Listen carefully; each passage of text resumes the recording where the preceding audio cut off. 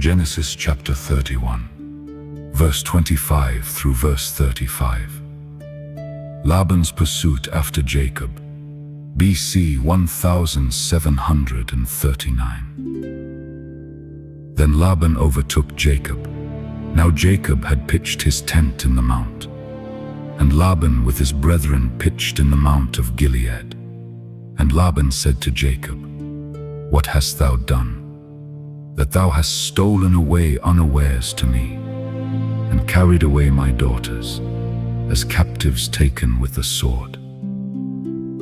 Wherefore didst thou flee away secretly, and steal away from me? And didst not tell me, that I might have sent thee away with mirth, and with songs, with tabret, and with harp?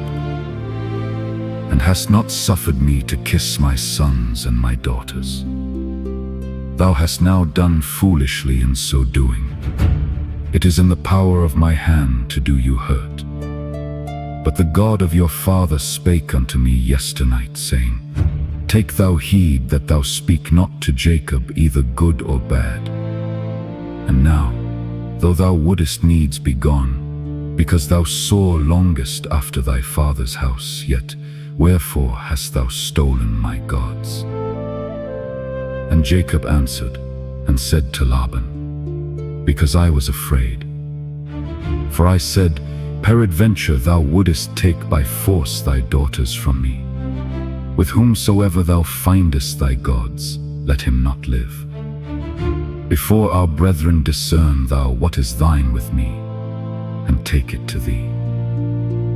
For Jacob knew not that Rachel had stolen them. And Laban went into Jacob's tent, and into Leah's tent, and into the two maidservants' tents, but he found them not. Then went he out of Leah's tent, and entered into Rachel's tent. Now Rachel had taken the images, and put them in the camel's furniture, and sat upon them.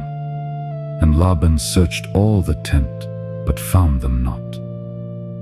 And she said to her father, Let it not displease my lord that I cannot rise up before thee, for the custom of women is upon me.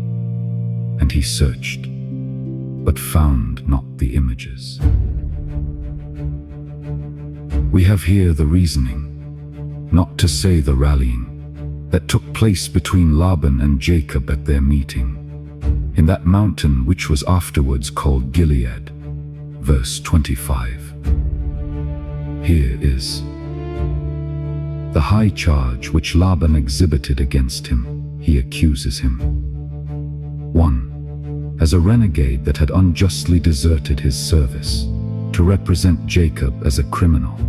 He will have it thought that he intended kindness to his daughters. Genesis chapter 31, verse 27 and verse 28.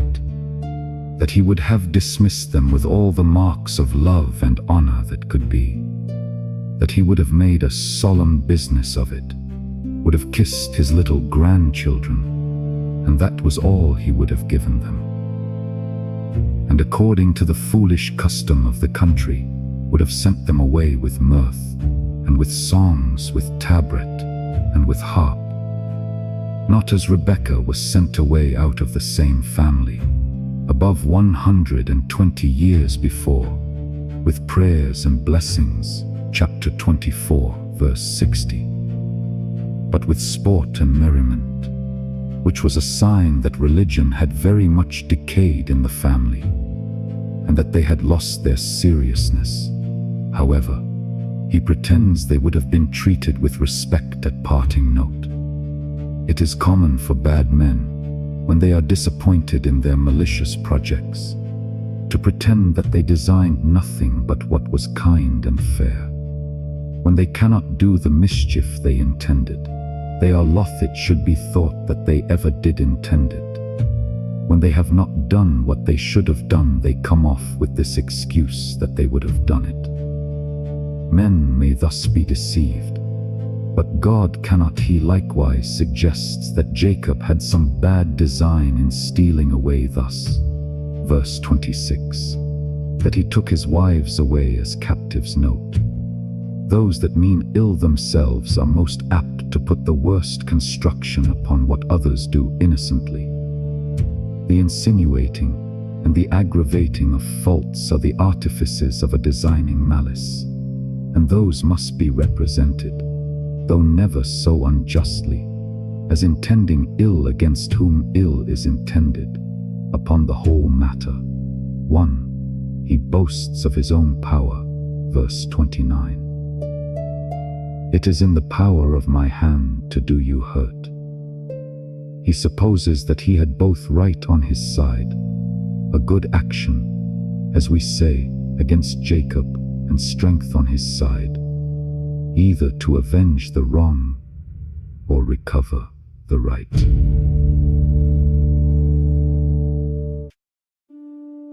Note: bad people commonly value themselves much upon their power to do hurt, whereas a power to do good is much more valuable. Those that will do nothing to make themselves amiable love to be thought formidable.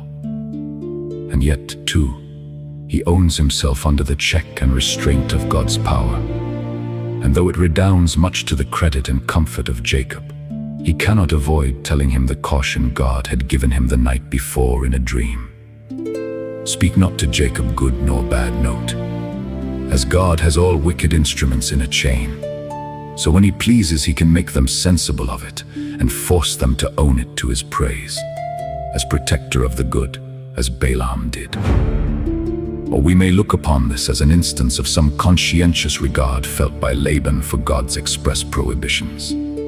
As bad as he was, he durst not injure one whom he saw to be the particular care of heaven. Note: a great deal of mischief would be prevented if men would but attend to the caveats which their own consciences give them in slumberings upon the bed, and regard the voice of God in them. 2. As a thief, verse 30. Rather than own that he had given him any color of provocation to depart, he is willing to impute it to a foolish fondness for his father's house, which made him that he would needs be gone. But then, says he, wherefore hast thou stolen my gods? Foolish man! To call those his gods that could be stolen. Could he expect protection from those that could neither resist nor discover their invaders? Happy are those who have the Lord for their God, for they have a God that they cannot be robbed of. Enemies may steal our goods, but not our God. Here Laban lays to Jacob's charge things that he knew not, the common distress of oppressed innocency. Jacob's apology for himself. Those that commit their cause to God yet are not forbidden to plead it themselves with meekness and fear. 1. As to the charge of stealing away his own wives, he clears himself by giving the true reason why he went away unknown to Laban. Verse 31. He feared lest Laban would by force take away his daughters, and so oblige him, by the bond of his affection to his wives, to continue in his service. Note: those that are unjust in the least, it may be suspected, will be unjust also in much. Luke chapter 16, verse 10. If Laban deceived Jacob in his wages, it is likely he will make no conscience of robbing him of his wives, and putting those asunder whom God has joined together.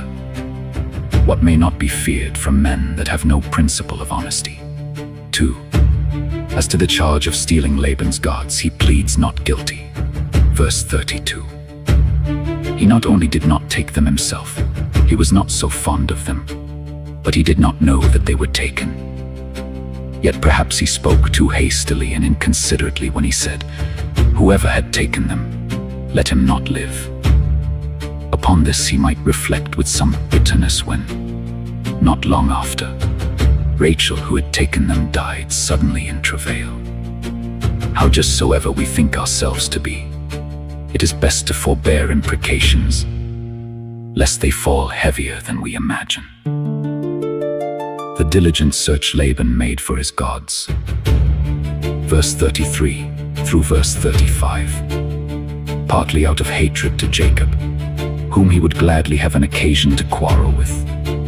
Partly out of love to his idols, which he was loth to part with. We do not find that he searched Jacob's flocks for stolen cattle, but he searched his furniture for stolen gods. He was of Micah's mind. You have taken away my gods, and what have I more? Judges chapter 18, Verse 24.